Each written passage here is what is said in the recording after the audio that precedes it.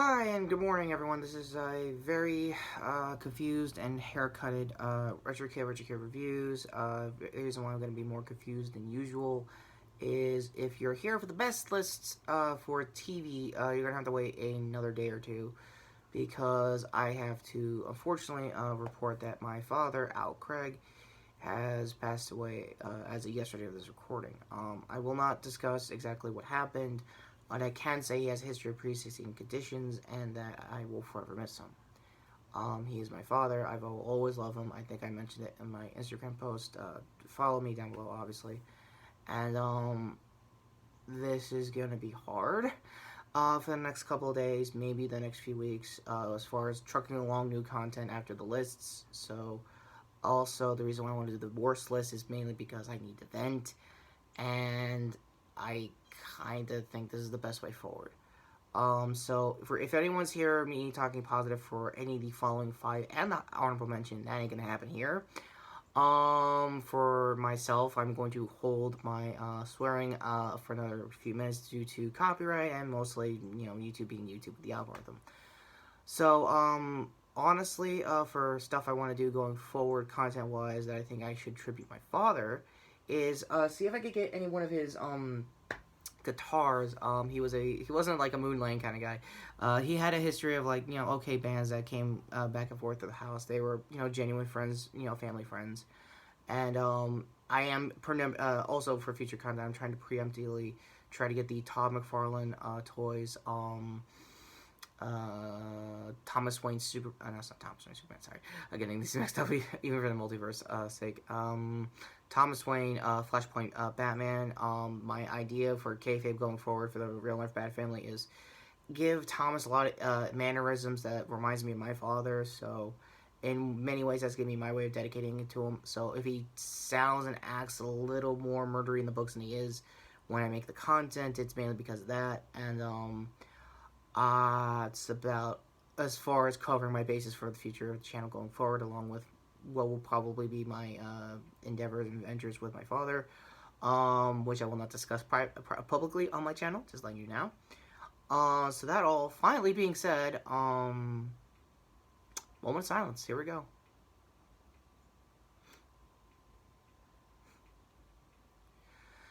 Okay, so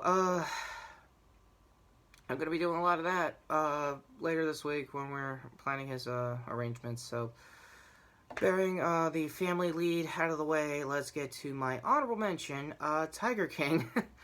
Kind of missed the window on complaining to death about this documentary, because, again, like pretty much most of this list, the pandemic hit, and I had to basically take care of myself. For those who are new to my channel, I was positive back around late March, early April. Got over it as the few weeks went on quarantine. Hit me harder than my entire family, just glossing it over. So when it comes to Tiger King, I highly recommend Action Figure Therapy's quick summary of the whole doc. And I've mentioned that I really liked Marvel and DC, Hyman Marvel and DC, just some random guy's channel. He basically was the inspiration for most of my figure forms. But Action Figure Therapy, if I had to put a reason why I like that series, would be the inspiration for the action figure versions of Jason and stuff like that. So, I guess if there's any controversies left to Tiger King, Gino shit, Carol fucking Baskin definitely killed her fucking husband and definitely turned him into motherfucking cat chow. Action Figure Therapy's words, definitely mine. I would have said it a little shittier, just saying. But yeah, if you also want to see additional content when it comes to Tiger King, pretty much I did a quick quarantined commentary. I highly recommend pretty much it for not just this honorable mention, but our number 1, and I think you know which is which when it comes to when we get to there. Number 5 is a bit of a heavy heart on my end, aside from what I'm currently going through in real life. Is Kamen Rider Saber for the second Rider series in the Reiwa era. I unfortunately had a bit of a drop off. Now I know that there are some memes going around for RVT. I myself just had to finish one as of last night.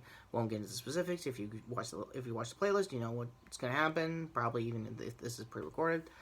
Anyway, maybe there might be a funny meme that might make it back to sitting through a bunch of arcs that I really need to go through. as it stands, it's a decent, first couple episodes. The only criticism I think everyone around the fandom is pretty much united on so far is that it's basically turning into a Sentai, and there's really no getting around it. It's weird, but I don't know. For a Rider series that's trying to represent the 50th anniversary of Rider now, as of this recording, don't really know. I'm probably gonna have to wait for a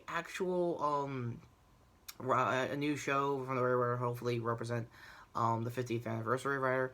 Not in like a Jino or Decade kind of way. If they have to, they have to. I also realized it's been 10 years since Forza, and there's also a Tokyo meme floating around about predictions for this new year. And also for following kayfabe, just to keep things positive for Kamen Rider's sake. Not going to be so for the next 4, going to let you know now. I think we're in the timeline, if you follow the movies, after Forza, that he's now a teacher and a decent mentor. Yeah, and to be fair, I kind of see it now. I mean, the guy now who played Forza is now in J-dramas, and it would be funny if there was a cast reunion. The main reason they're probably not going to do it because one of them is in a sex cult. Again, I'll leave the news in the description down below if you want to know. It's wild, to put it mildly, just to be honest. Okay, so down to the final 4. Star Trek Picard Season 1. What's there that hasn't already been said about the show that Red Letter Media basically stole my goddamn thunder all fucking year? It is a terrible example of honoring, I guess, having a reunion show for basically the TNG proper. Again, as far as my Star Trek credentials go, I'm super freaking casual. I think I've said this for even shows I'm going to be mentioning with my mother for WandaVision. Yes, fingers crossed I get her to agree with that review. It was Star Trek shows and sitcoms I've always summed up as, like, homework shows. Like, I just bury my head and do my homework. I just kind of ignored it. Probably for the best for certain shows, like Voyager and Enterprise. Discovery, I would love to join the bandwagon, like Nerdrock has been doing, I guess, card to his channel. Of figuring out if they actually ripped off somebody's fanfic or some sort of like show. I might have mentioned that when the show was new. For the case of Picard, I kind of got no choice but to agree. And to be fair, I should have also put in honorable mentions. Lower Decks. I've heard about it. I made a Stardust React. If you want to know my quick two cents into it, also file down below for my Stardust tab. For my quick summary on what I thought of Lower Decks. For the show proper, I'm happy that they got Patrick Stewart back to be Jean-Luc Picard. And again, to keep things positive, I also would like to card Pongo's, I guess, remix of pretty much all of Picard's quotes throughout TNG.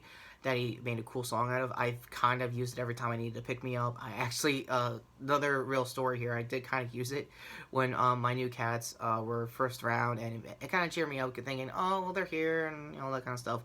I'll probably talk about it in an editorial for, I might as well call it the personal parts, or I'm pitching shows now at this point, my bad. So, my overall TNG recommendations is not the first 3 seasons like everyone's been telling you. And I also don't want to be that guy that doesn't understand why do they have to tank for 3 seasons to finally get better. I feel like you have 30 years in the business, you know exactly what you're talking about. Oh, right, because Alex Kurtzman is the fucking showrunner for this and multiple new era Star Trek shows. For those who don't know who Alex fucking Kurtzman is, he is basically one of Michael Bay's underlings, of executive producers that finally got to be a showrunner. Also, Kiva Goldsman, yeah, he's coming around the bend. Retro card, if I still have time for cards, for my Batman Forever review for Bat Month. It's probably in the playlist. Anyway, that's my 2 cents for Star Trek, and yeah, they gotta do better.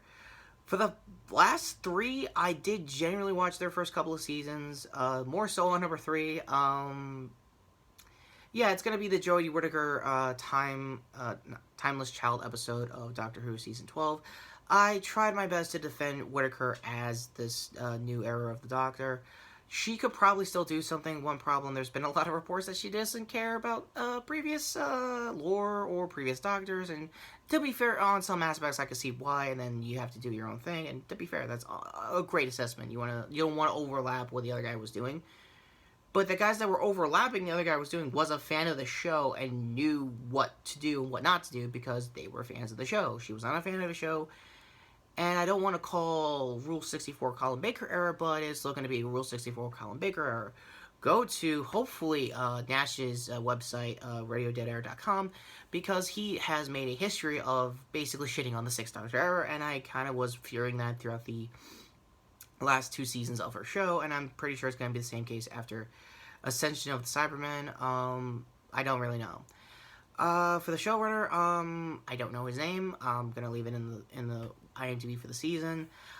He worked with Jodie through Broadchurch. I thought it was a great idea because they have a working relationship. Turns out that working relationship can only go so far as till you gotta actually know what the hell Doctor Who is.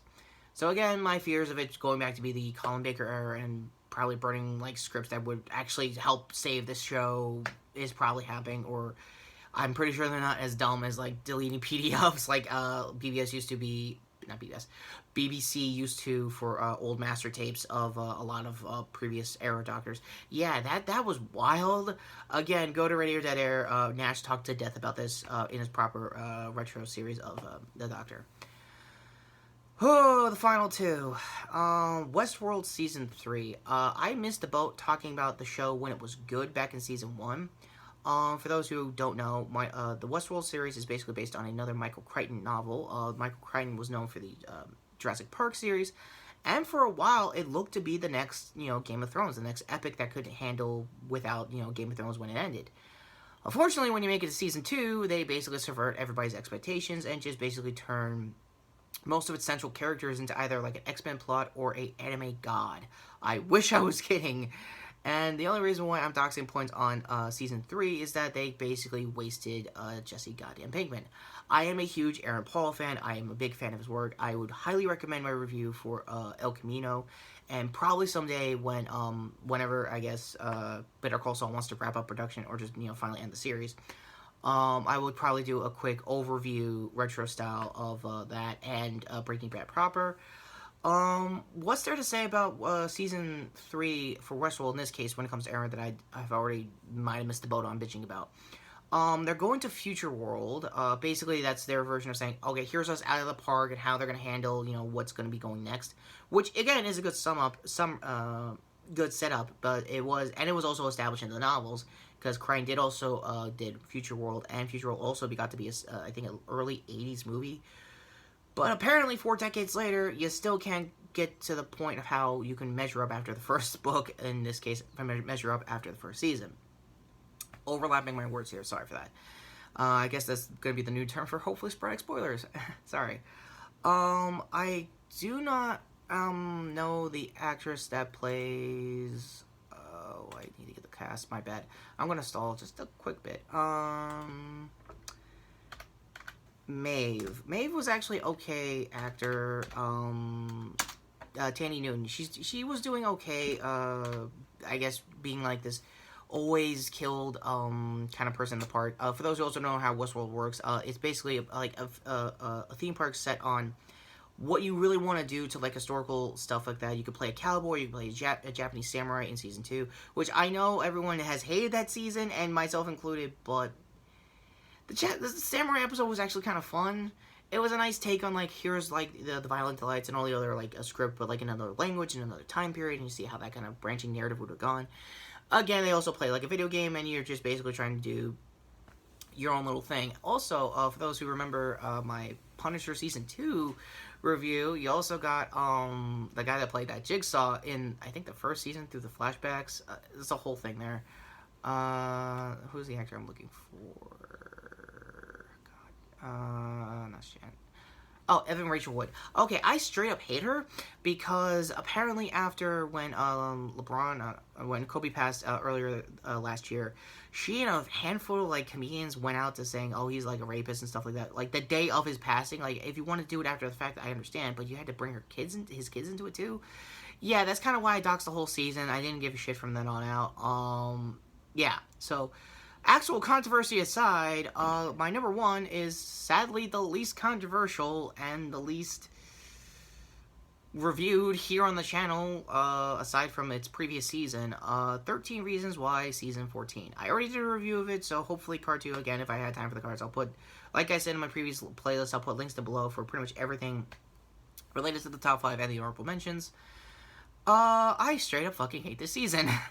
Much like season 3, it has taken me to basically remember the dumbest things and recontextualize and re-criticize stuff that I probably should have done in my review proper.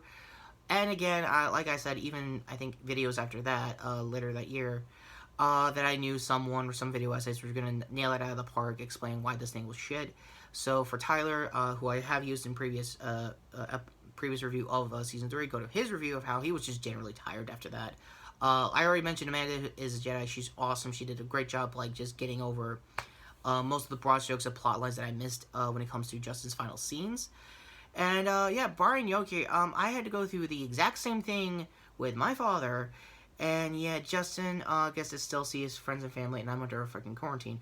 Also, I don't know how he handled the Riot episode. I really wanted to go on about that when the Capitol happened last week. If anyone wants to know my quick politics on Trump getting impeached again, good. He should have got convicted the first time. Just saying. So, again, I don't know how to put this with season 4. It's a mess. I might have mentioned the fanfics episode where they basically got to have, like, their version of a Terminator movie that they were all probably pitching to do before Dark Fate was the thing. I don't know. It's still a funny mess. It's still 13 Reasons Why, and you still gotta truck through a lot of shit, honestly. The only positive, like I said, even with my review proper, is that it's 10 episodes. You're in and out, then the usual 13. I still wish no ill will for the entire cast, including Dylan Minnette and everybody else in between. Especially Devin, who plays Tyler. Not Justin. Justin's actor I'm okay with. Zach Dempsey. I forgot his name. I know he was in Shazam the year prior, and honestly, I hope he's in the sequel for being the Shazam family. You earn that check better than you ever did for the All Sports season. This, and apparently, you and me have a lot of things in common, my guy. You're 30, and I'm about to be 30 in September, so yeah, that's not weird at all when you were doing your, Piano Man scenes at the college party, wherever the hell you were doing that episode when Clay finally got laid. Also, spoilers for the rest of this video for 13 Reasons Why Season 4. In case you can tell, for most of these, this part, top 5, I was trying to be sporadic with the spoilers, but I kind of know this way the hell too much, like the back of my hand. And by hand, I mean Hannah. So, for some dumb reason, in the final episode of the series, they got Hannah back, but as a... How do I say this nicely? Archival footage. They couldn't get Catherine back. I forgot her last name for the life of me. I highly recommend, by the way, Knives Out. I saw the highlights on some commentary channel, and I'm definitely going to watch the movie after, as the hugest palate cleanser to her entire tenure of the show, because goddammit, she needs more work. I also know she did the lead scenes for Endgame, trying to be Tony's future kid. That ended up becoming, I guess, what they were going to attempt to do on Ironheart before the Ironheart show got pitched on Disney+. That all being said, for 13 Reasons Why, it's still a no fucking shit 0 out of 10. I probably gave it a very nice 5 or 6, I guess. If you go by IMDb and like every other user ratings from the last couple of years, it's been dropping after season 2 with rightfully good reason. And yeah, I don't really know after that what to say for a dumb season that kept giving me more 13 Reasons Why. Found a way to get that pun in here somehow, and my god, I did it, right? So, that's the top 5 for today, and tomorrow I will be doing the top 5 best movies of TV of 2020. I already did my movies list. Again, go to my channel for those lists. Please, if you're going to be nice about anything with this whole top 5, let me know in the comments down below how you feel for my loss for my father. If you have any well wishes, please let me know in the comments. I will definitely read them and check them.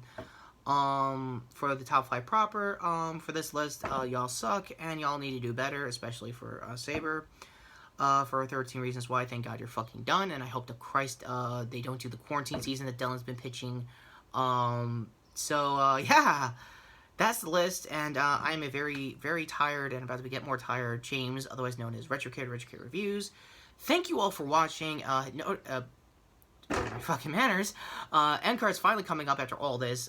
Previous video, top 5 here. My Wonder Woman 84 review. I want to do Tenet, but I'll put it on the best list. Nike here for my channel, notification down below for future lists to close out the end of the year of our dumbass Lord 2020. And to all these shows, one of them is no longer with us, and by that I mean Brian Yerke, for show running this dumb shit. He's still alive. It's a whole thing. Anyway, I'm mourning. Please let me mourn in the comments. That all said, take care, subscribe. To all the other shows that are still here, you got to do better than that. Like, come on. I know you're gonna use the quarantine as an excuse, or cause it's 2020. Like, no, you got to do better than that. Seriously, especially you, Kurtzman.